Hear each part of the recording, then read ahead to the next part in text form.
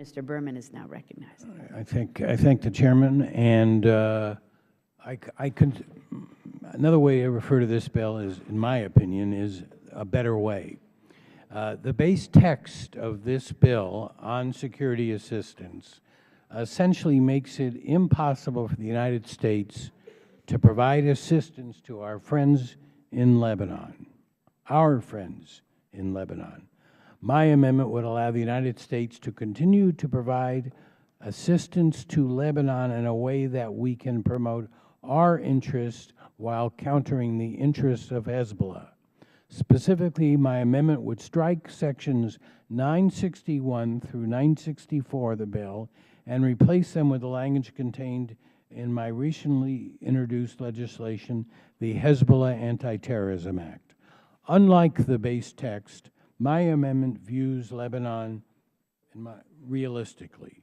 My amendment distinguishes between the pro-U.S.-led Lebanese governments and Hezbollah-dependent governments. We got a Hezbollah-dependent government there now. That means we could provide assistance to a government under a pro-U.S. leader like Saad Hariri, but not to the current government, which was inspired by Hezbollah and is kept in office by Hezbollah votes. The base text makes no such distinction and effectively cuts off aid to any currently conceivable Lebanese government.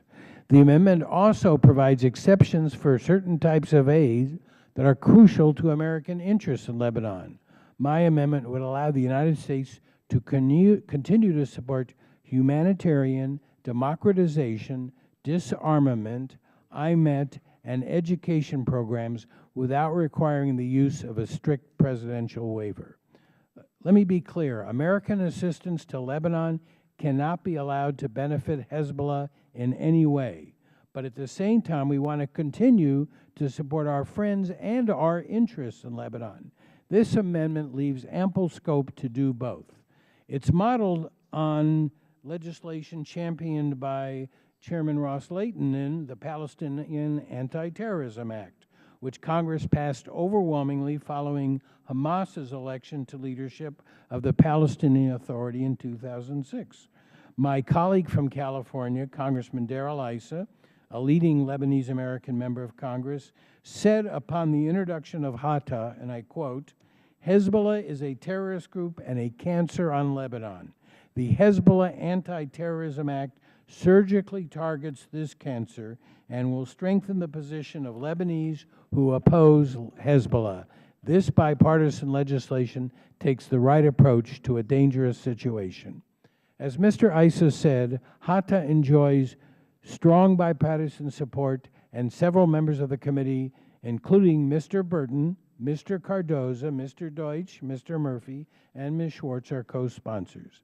The United States should not limit itself in countering the influence of Hezbollah in Lebanon.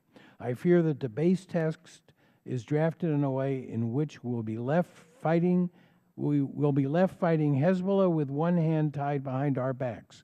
Iran, Hezbollah, and Syria's president will be more than pleased to see American influence weakened in Beirut, and our allies in Lebanon will feel abandoned. So this is an approach that says no aid to this government, other than the exceptions for humanitarian and democracy promotion. But if a pro-American government comes back into power, we are able then to provide the assistance that we now should be cutting off. I yield back the balance of my time.